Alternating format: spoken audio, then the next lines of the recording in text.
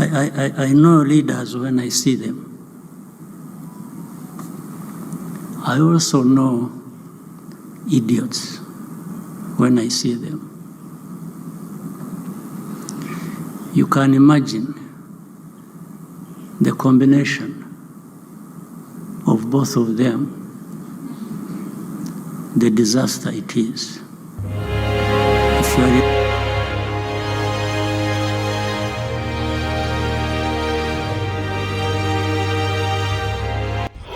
Hello Africa, my dear brothers and sisters. Have you noted that President Paul Kagame of Rwanda didn't attend the African Union Summit last weekend? President Paul Kagame has joined President Museveni, Traore, Assimi Goïta, Blamanchan, among of leaders who were absent at that summit. One time, President Paul Kagame accused African leaders for not taking actions. African Union has become a talk show where leaders gathered just for talking, but no implementation, no talking. One time, President Paul Kagame said, he knows very well leaders and also he knows idiots. Maybe this is the reason. Let me take you to one of the statements made by President Paul Kagame. So then,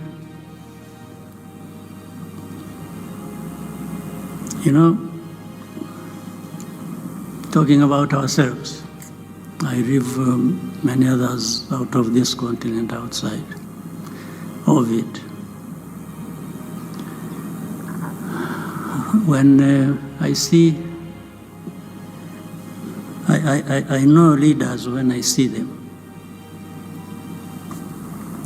I also know idiots when I see them. You can imagine the combination of both of them, the disaster it is.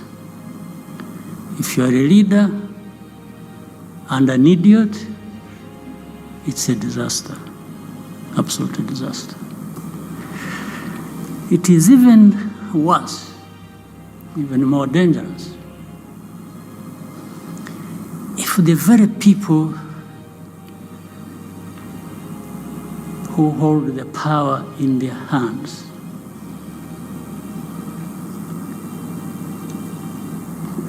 decide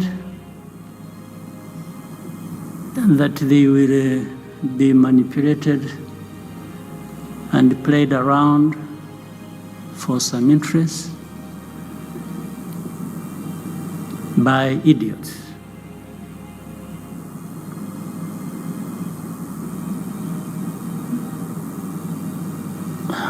Really, it is.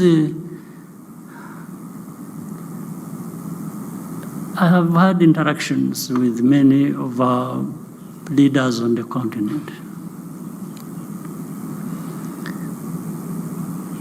And among other things we talk about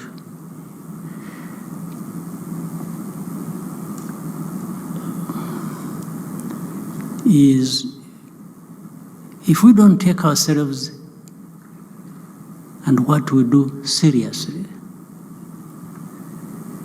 nobody will. Nobody will take us seriously. And we will always remain just neither here nor there. And wow, what a powerful and direct message from President Paul Kagame to African leaders. It's true that if we are not serious, nobody will take us serious. What President Paul Kagame has said is not just an insult, it is the truth. The absence of permanent African seats in the Security Council is indefensible. This is 2026, not 1946. Whatever decisions about Africa and the world are on the table, Africa must be at the table.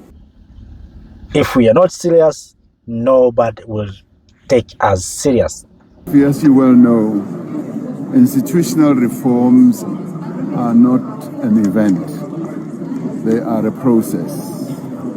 Every reform process does take its own time. Sometimes there are detours, sometimes there are stops and starts. But the important thing is that the reform process in the AU is going ahead.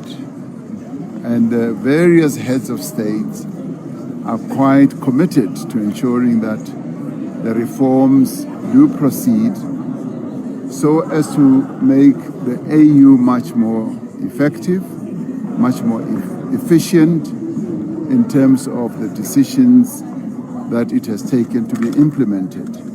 So our focus, therefore, should be the way in which the reforms are proceeding ahead. And of course, everybody wants the reforms to speed up, but some do take some time, but we are moving ahead with the reforms. And the AU is becoming sharper, and it's becoming more modernized in the way that it works. And when you look at the way that the Assembly takes decisions, you can see that change is taking place, and that's what we need to be pleased about. Now, the countries such as South Sudan, Sudan, and the DRC are countries that are facing enormous challenges. We've just come out of a meeting now where we were discussing South Sudan, and we're pleased to say that the C5 committee of the AU, supported by IGAD, has just met and has taken decisions that we do believe will take the country forward. A clear roadmap is now being articulated. It's been said by the C5 and indeed IGAD that the elections in South Sudan should proceed. They should no longer be postponed, and that in itself is progress. And that there should be a ceasefire, and that the detainees should be released, and that the preparations for elections should now get underway with greater earnest. But what is important is that the AU, the C5, and the UN will support the process of preparing the country for elections, and they'll support South Sudan.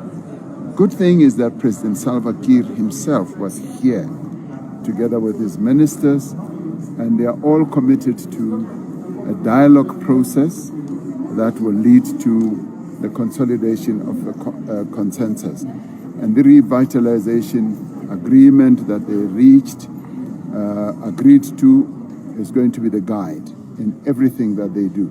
So I now emerge from this meeting confident that we will see the resolution of the challenges of South Sudan. Sudan in itself remains a challenge, and we've called on all parties to cease hostilities and to sit down and find a way of getting to a resolution.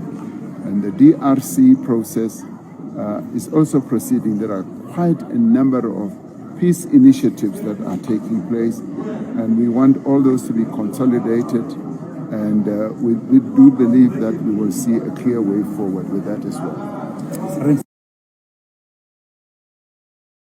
Africa needs to respond with one voice.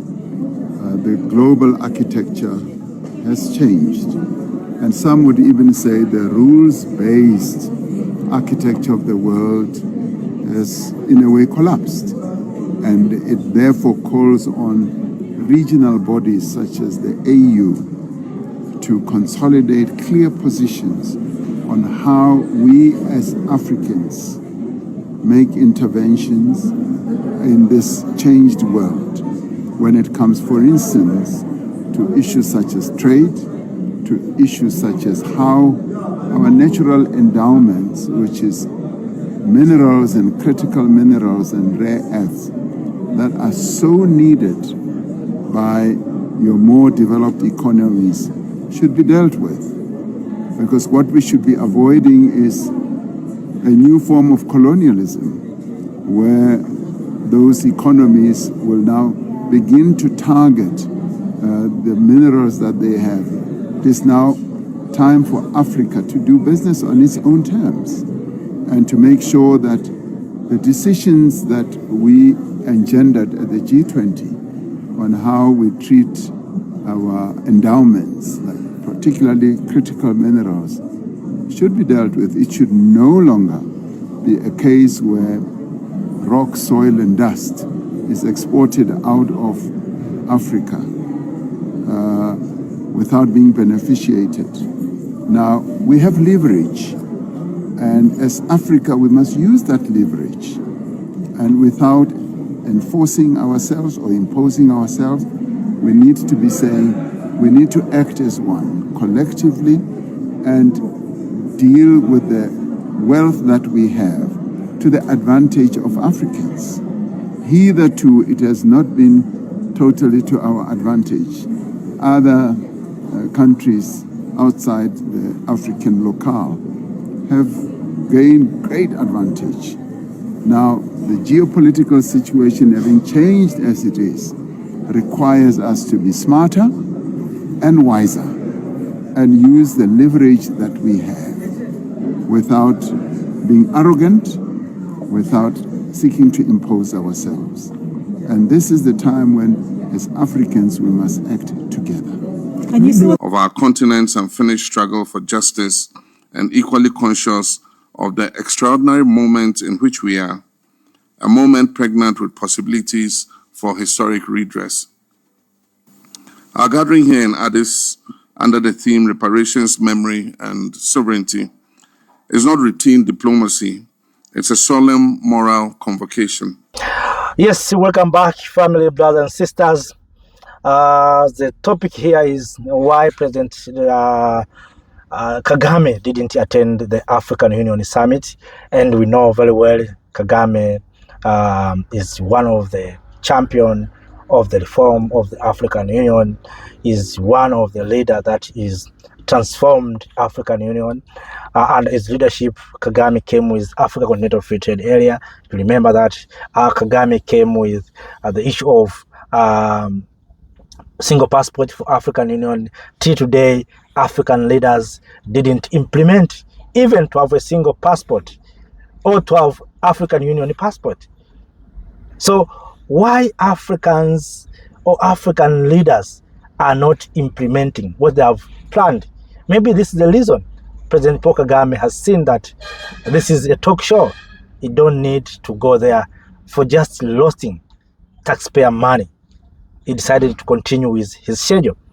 Leaders such as Traore, Goita, Ablaman Chiana was not allowed to enter or to attend the summit because of what African Union believes, that there was unconstitutional changes of governance. But to President Paul Kagame, this is a direct message that right now African leaders are tired with talk show without taking action. African leaders want to see, of course, not all African leaders. When I say African leaders, I mean revolutionary leaders. They want to see changes in the continent of Africa. It doesn't make sense. We are talking about silence the gun till today. We are talking about peace till today. Yes, but what initiative have we done or we have taken to make sure that we stop these conflicts? And sometimes these conflicts are between leaders themselves. So, family, brothers and sisters, it is paining. It is paining, and sometimes it is disappointing to see that African Union leaders are still struggling even to achieve a single goal. Tell me which goal African Union has achieved for maybe within 10 years. What have we achieved? Tell me.